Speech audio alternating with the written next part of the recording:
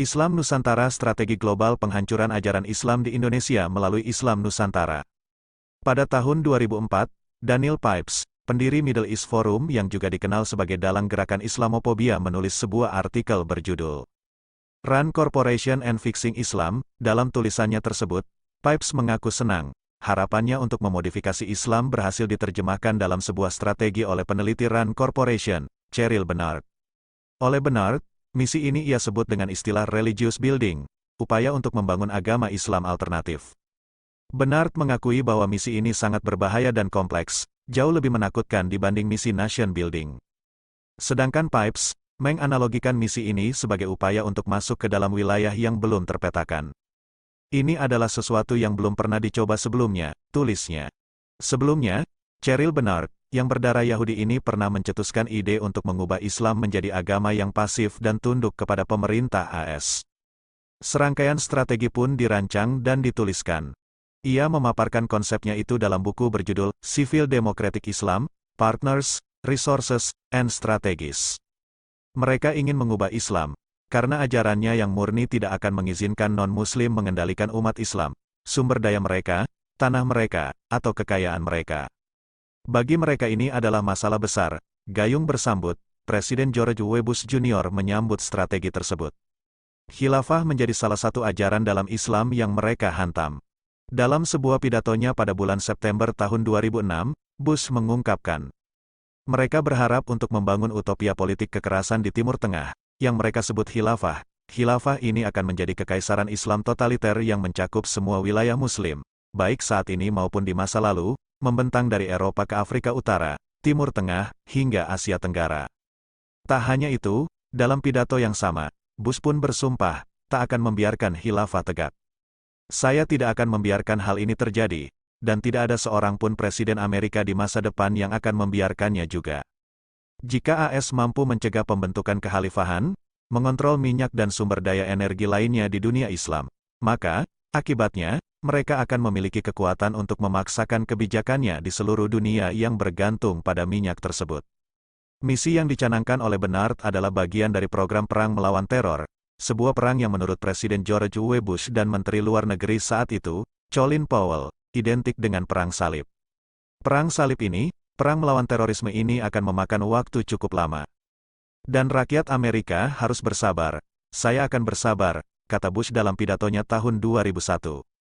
Pada tahun 2004, dalam percakapannya dengan Presiden Pakistan saat itu, Pervez Musharraf, Powell mengatakan, saya memanggil Presiden Musharraf dan berkata, kami butuh jawaban Anda sekarang, kami membutuhkan Anda sebagai bagian dari kampanye ini, perang salib ini.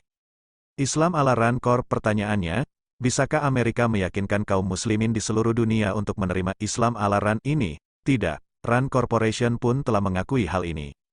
Mereka meyakini bahwa umat Islam telah kehilangan kepercayaan kepada Amerika. AS kalah dalam perang gagasan di dunia Islam, gagal mempromosikan kebijakannya kepada umat Islam yang waspada terhadap niat dan kemunafikan Amerika, menurut penasehat Pentagon.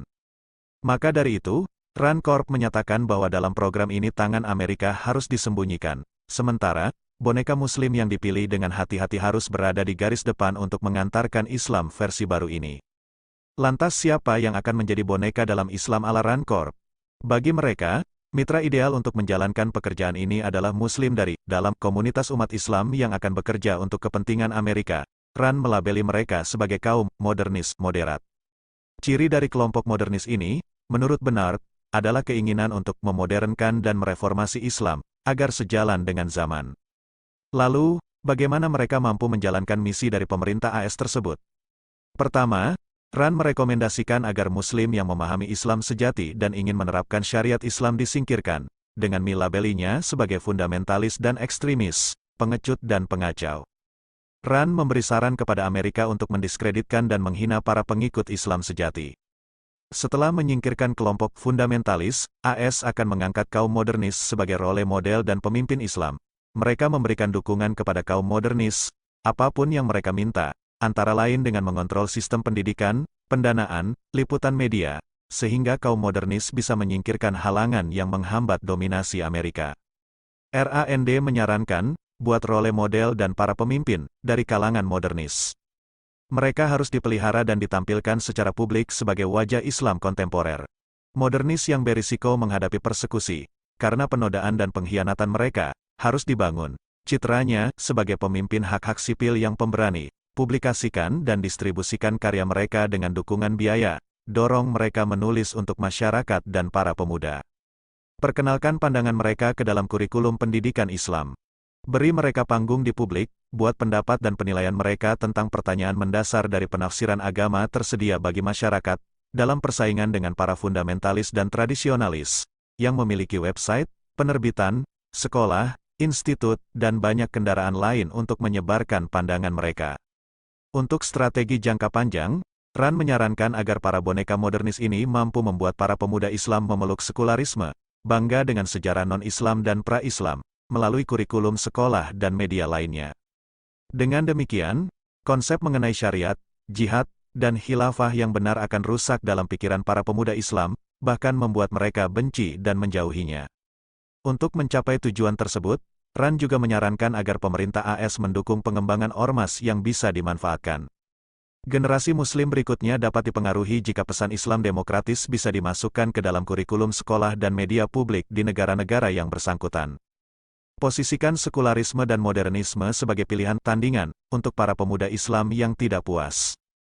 Fasilitasi dan dorong kesadaran akan sejarah dan budaya pra-Islam dan non-Islam mereka di media dan kurikulum negara-negara terkait, bantu pengembangan organisasi kemasyarakatan yang independen untuk mempromosikan budaya sipil. Islam Nusantara, jika kita lihat di Indonesia, semua strategi tersebut sudah dan sedang diterapkan.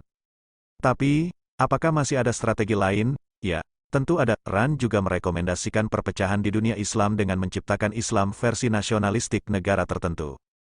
Kembangkan Islam Barat, Islam Jerman, Islam AS, dan lainnya.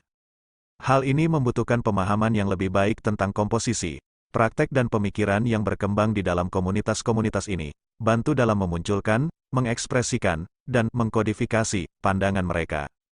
13 tahun berikutnya, tepatnya bulan Maret tahun 2016, strategi penerapannya di Asia Tenggara kembali digodok di Semarang. Beberapa pakar diundang untuk merumuskannya, pesertanya dari Indonesia, Australia, Singapura, Vietnam, Malaysia, Thailand, hingga Filipina. Dari Indonesia, hadir Wahid Institute dan Ma'arif Institute.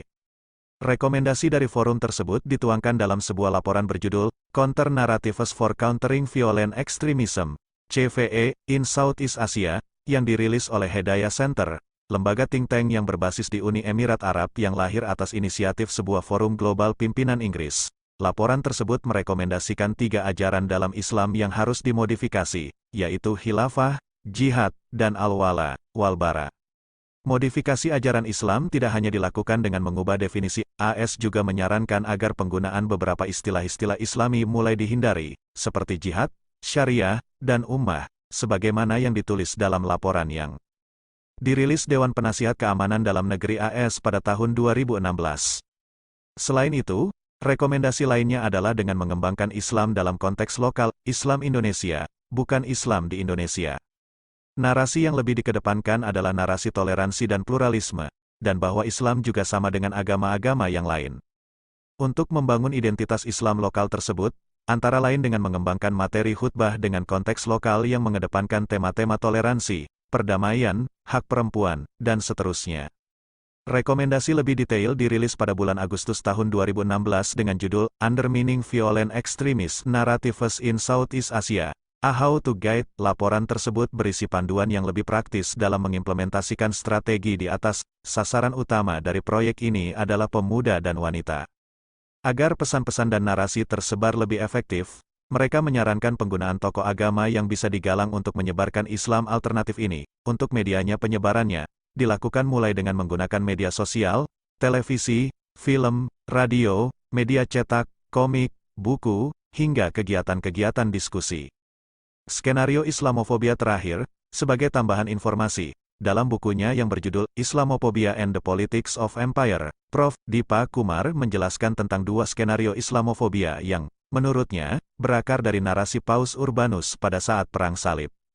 Saat itu, Paus membangun narasi yang menggambarkan Islam dan Nabi Muhammad SAW dengan begitu buruk, Hal ini dilakukan untuk memobilisir warga Eropa agar mau melakukan perang salib dan untuk mencegah mereka dari masuk Islam. Kumar menjelaskannya dengan istilah Islamofobia konservatif dan Islamofobia liberal. Istilah Islamofobia konservatif mungkin cukup familiar bagi kita. Ialah mereka yang memandang bahwa Islam secara intrinsik adalah agama yang buruk, musuh bagi kemodernan, kebebasan, dan semacamnya. Sementara Islamofobia liberal, jelas Kumar, dilabelkan kepada mereka yang muncul dalam retorika lebih lembut, meski sebenarnya tidak kalah jahat. Mereka membagi adanya good Muslims dan bad Muslims. Good Muslims adalah umat Islam yang mau bekerja untuk Barat.